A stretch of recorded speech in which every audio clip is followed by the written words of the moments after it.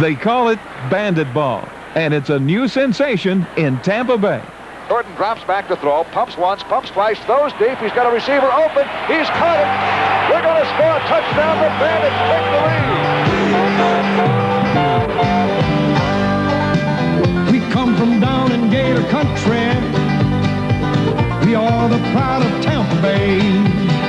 We play football and we're called the Bandits. And we think our brand of ball is here to stay.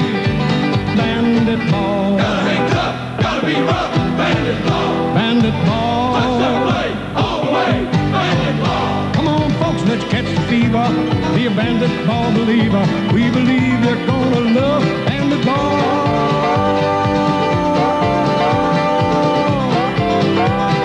Bandit ball.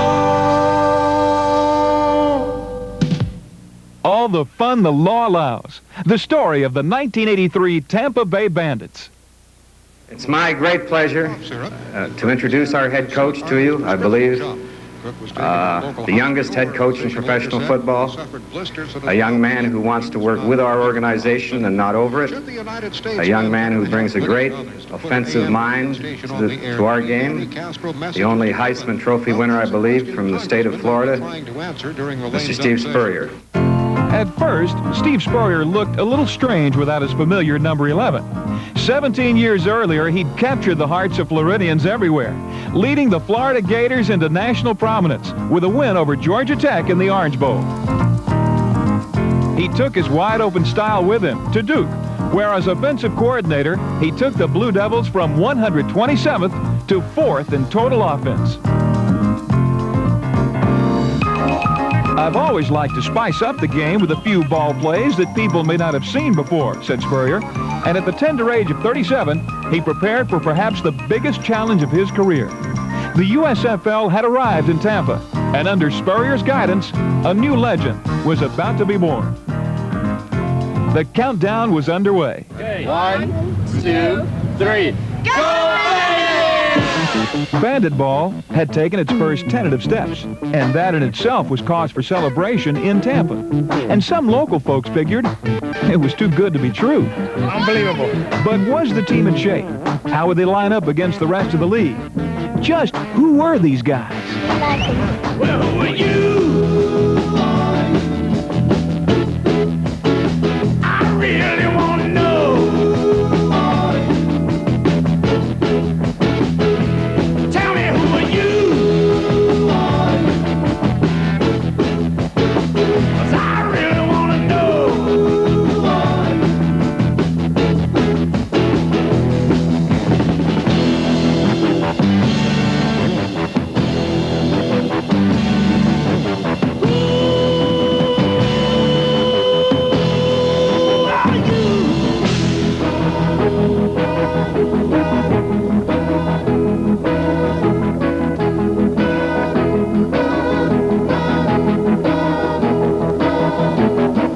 Liftoff came in the spring, and with an 18-game schedule ahead, the sky appeared to be the limit. The holder for the first ceremonial kickoff was owner John Bassett, whose recovery was speeded by the sight of more than 42,000 bouncing Bandit fans, there to witness the opening game.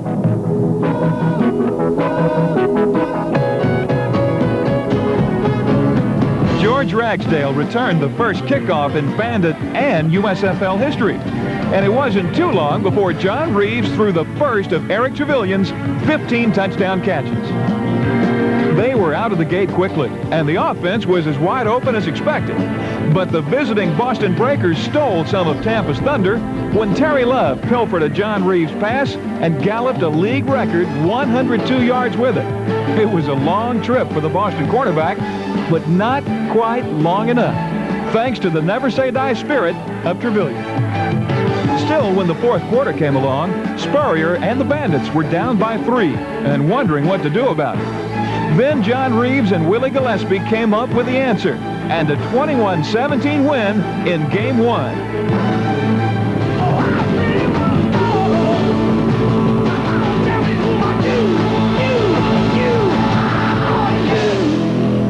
Our receivers and John Reeves, if you see people throw and catch better than that, I want to pay and go watch them play myself. For Reeves, the fun had just begun. A long string of bad luck had finally ended, and he was back home again. The Bandits kept on winning, and Johnny got to quarterback in front of a crowd that remembered his college exploits from a decade before. And for a coach who saw John Reeves as his main man. Johnny is my main man. He's the keeper of the keys.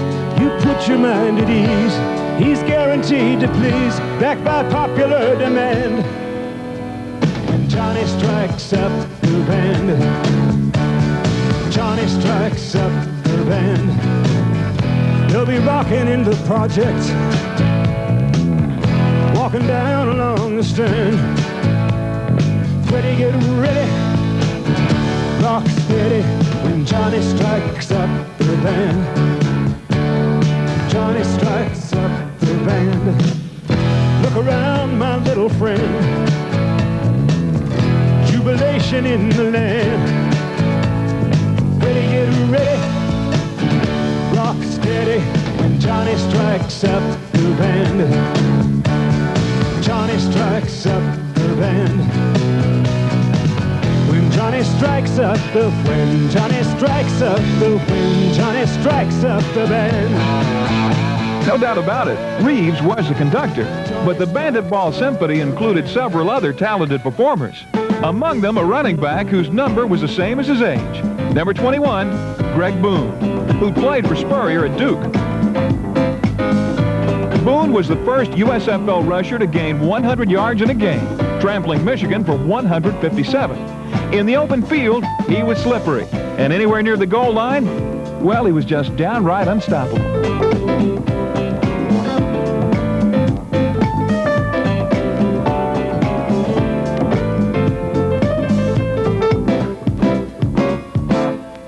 Cornerback Jeff George greeted ball carriers with an equally relentless style of play, holding more than one Tampa opponent at bay. A former CFL standout, number 33, flew south to terrorize both running backs and quarterbacks. An all-USFL selection, George intercepted 6 passes, and against previously unbeaten Philadelphia, it was the man with 2 first names and 2 good hands who led the Bandits to the league's only 4-0 record.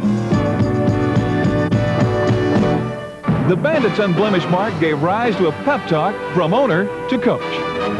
Steve, I think it's nice for you to be laid back. I think that's very good, to be quiet and all the things that you are. But you're getting boring. But if you keep winning, it doesn't matter.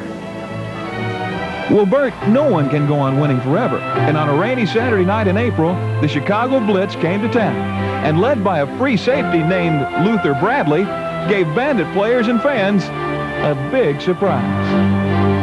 Right before my very eyes, I thought that you were only faking it, and right before my heart was taking it, baby, what a big surprise, right before my very eyes. Yesterday it seemed to me my life was nothing more than wasting time, but here today something changed my mind. Baby, what a big surprise, right before my very eyes.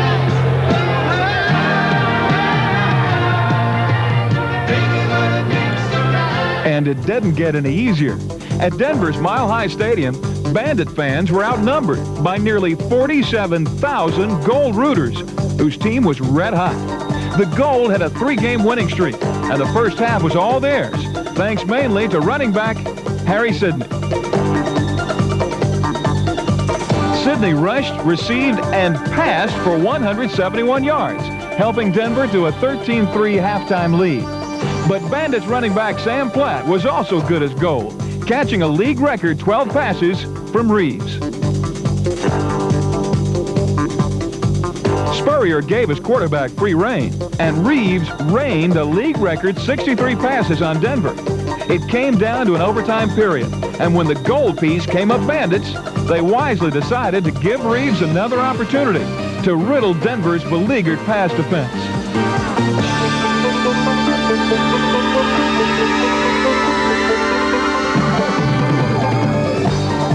After Eric Trevelyan kicked up his heels at the 13, the Bandits searched for someone to provide the last dance. Spurrier's running game had been cold, but warming up to the task was Greg Boone, who drew the assignment and gave first-place Tampa Bay a 22-16 victory and a 5-1 record.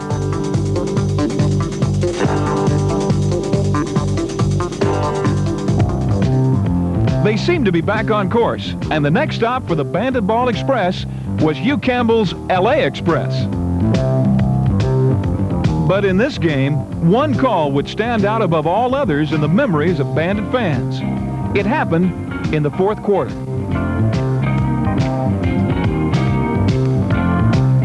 They lost the ball and the game, but for Spurrier, there was an even bigger loss. With his wrist fractured in the pileup, John Reeves was sidelined indefinitely.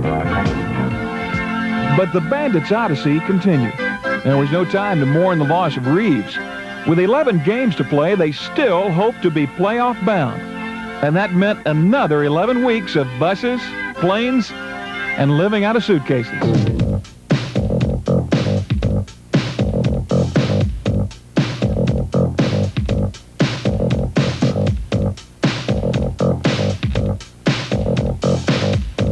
The Bandits were still in first place and taking things one step at a time. They were confident of being able to make up for their lost quarterback, and the place to test the feeling was Washington, D.C.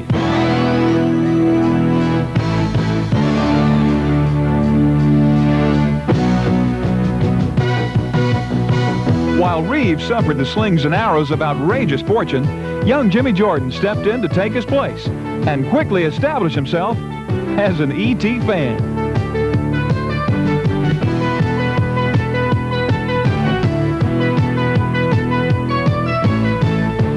On the strength of Eric Trevelyan's 3 touchdown catches, the Bandits were in control, seemingly enjoying their tour of our nation's capital. Eric Robinson was responsible for the only federal offense of the first half, with the only kickoff return for a touchdown in the entire USFL season.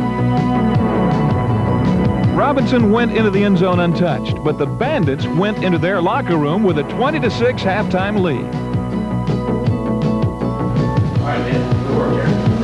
It was too early to try to just sit on the lead, and the Bandits still had more tricks up their sleeves. So the object was to forget about the first half, chalk it up to history, and prepare for another war.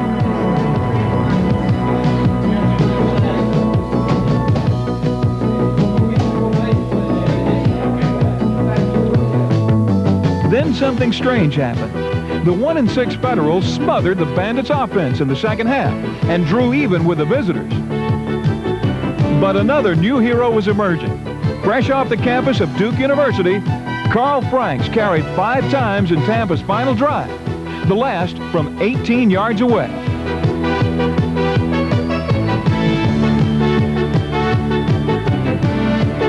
The amazing run by the 23rd round draft choice lifted Tampa to a 30-23 victory and kept the Bandits in first. But lest we forget Eric Trevelyan. It was his first half exploits which had Coach Spurrier raving. Caught one pass, I think, his senior year at Florida A&M, and he was working for Xerox in Orlando and took 2 weeks off to come try out for the team. So he's just a great athlete that finally got a chance to show people he can play. His story would be hard to duplicate. His only college catch was nullified by a penalty. But for Tampa Bay, Trevelyan caught a league-high 15 touchdowns. In all, 66 passes found their way into the friendly hands of E.T., who attracted enough attention to be voted to the All-USFL first team. He made friends wherever he went, and in Tampa Bay, E.T. was nothing less than a box office smash. Introducing another smashing success story by the Bay. the Tampa Bay cheerleaders, known as the Sundancers. But as they did on the field, the Bandits offered a twist to their fans, finding a novel way to gain support from both genders. Guys love to sit back and look at beautiful girls, so why can't women sit back and look at good-looking guys? And they are good-looking. For some, it took some getting used to, but the male cheerleaders had an answer for their critics. I like to see some of them go out there and try what we're doing. I tell you, it's not sissy at all.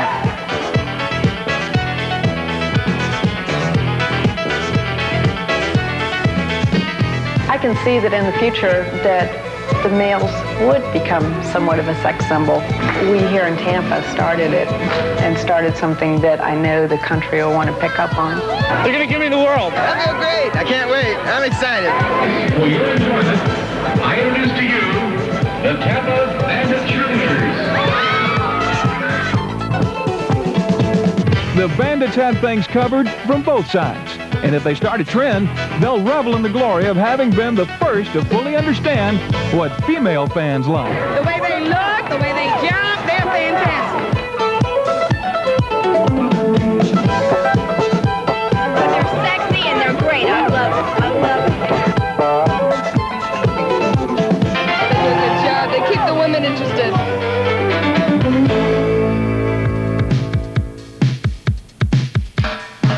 Against Arizona in Week 11, things were getting serious for the depleted Bandits.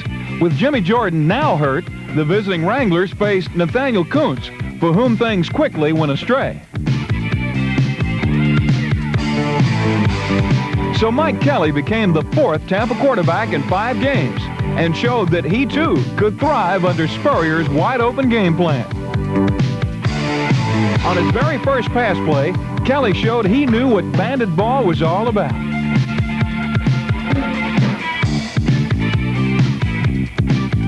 Kelly completed 21 of 39 passes, and the former Georgia Tech standout led the Bandits to a 2014 victory.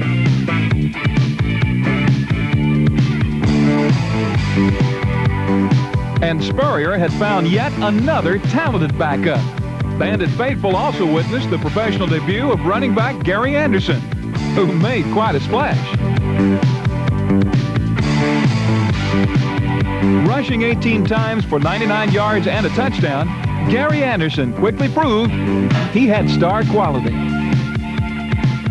From a big A to a big Z, a reference to the big right shoe of a place kicker named Zenon Andrusician.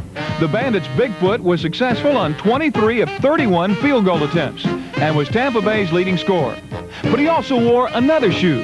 When he wasn't putting up points, the Gunzburg, West Germany native could be found putting up punts. And in that area, he shined just as brightly. 25 of his punts went out inside the 20-yard line, while only 10 went for touchbacks. He also gave the Bandits plenty of long-distance kickoffs, and many of his calls were never returned. But when unsuspecting return men did try to take it back on Tampa, it wasn't enough to get by the other 10 kickoff team players. Andrusician proved he wasn't afraid to reach out and touch someone. Big Z was everything the Bandits needed in a kicker and more. Tampa Bay needed a win in the 12th week of the season if they were to stay on top in the Central Division. Amazingly, all 4 teams in that division now had winning records, while John Ralston's visiting Oakland Invaders were enjoying the luxury of playing in a division with no over 500 teams. But the Invaders' visit to Tampa was far from a luxury cruise.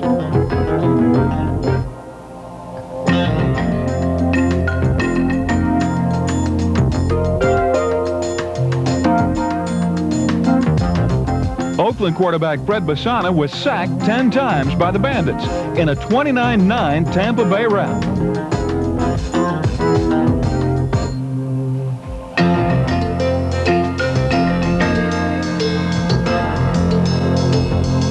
One of Bassanta's prime harassers was none other than Fred Nordgren. Yes, sir, we won it again! And the Bandits' all-pro nose guard always made ball carriers feel it. I feel the earth move under my feet.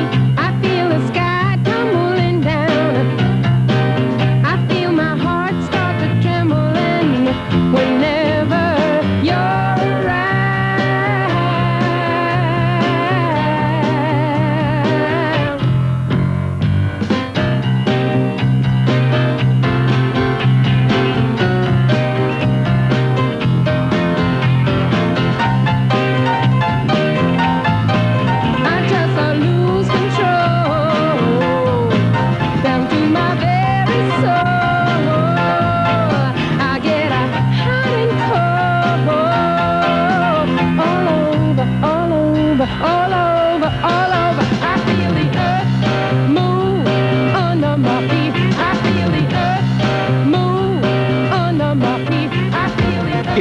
2014, it was the offense that provided the movers and shakers. Against division rival Birmingham, the Bandits seemed able to move the ball almost at will, and the Stallions were simply stampeded. Gary Anderson had a field day, gaining 146 yards, and another big crowd celebrated the return of Jimmy Jordan. Danny Buggs caught 2 touchdown passes, and the Bandits were riding high. Jordan ended the first half with a 29-yard pass to Eric Trevelyan, giving Tampa 24 points, and E.T. his 13th touchdown. Add a touchdown pass to Willie Gillespie, and you've got a record-setting day. 45 points for the proponents of Bandit ball, and a record-tying 4 touchdown passes by Jimmy Jordan. But Jordan's time at the top was short. The following week, he went down and stayed down, his shoulder severely bruised.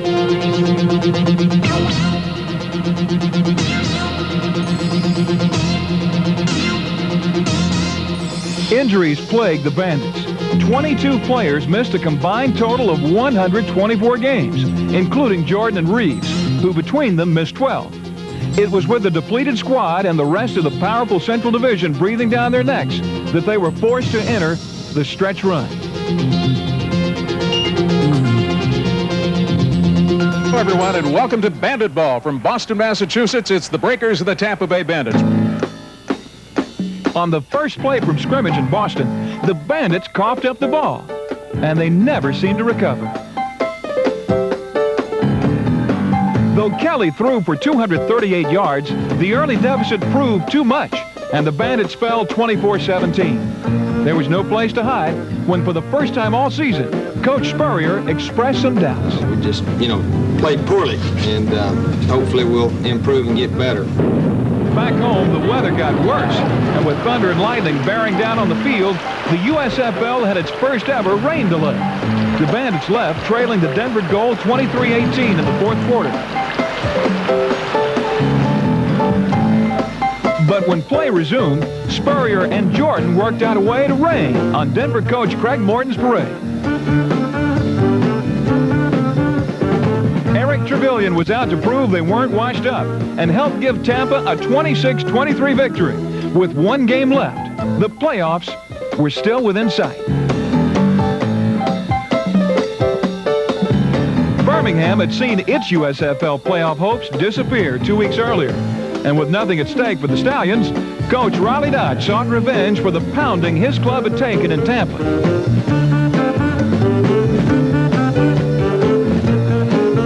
The Stallions seized the opportunity, galloping to a 29-17 victory and rudely ending the playoff dreams of the Bandits and their head coach, Steve Spurrier.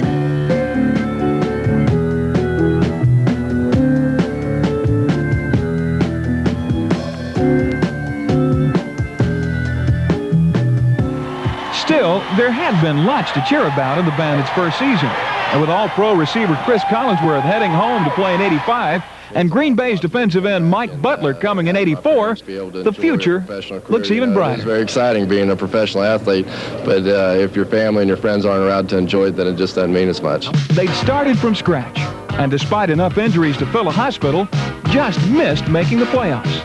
In many ways, the Tampa Bay Bandits are the United States Football League's model franchise. And it's crystal clear to Tampa fans that there's just no excitement anywhere in football like Bandit ball excitement. Tonight we're gonna make it happen. Tonight we'll put all other things aside. Give in this time and show me some affection.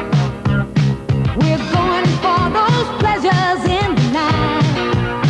I want to love you, feel you, wrap myself around you. I want to squeeze you, please you. I just can't get enough. And if you move real slow, I'll let it go. I'm so excited.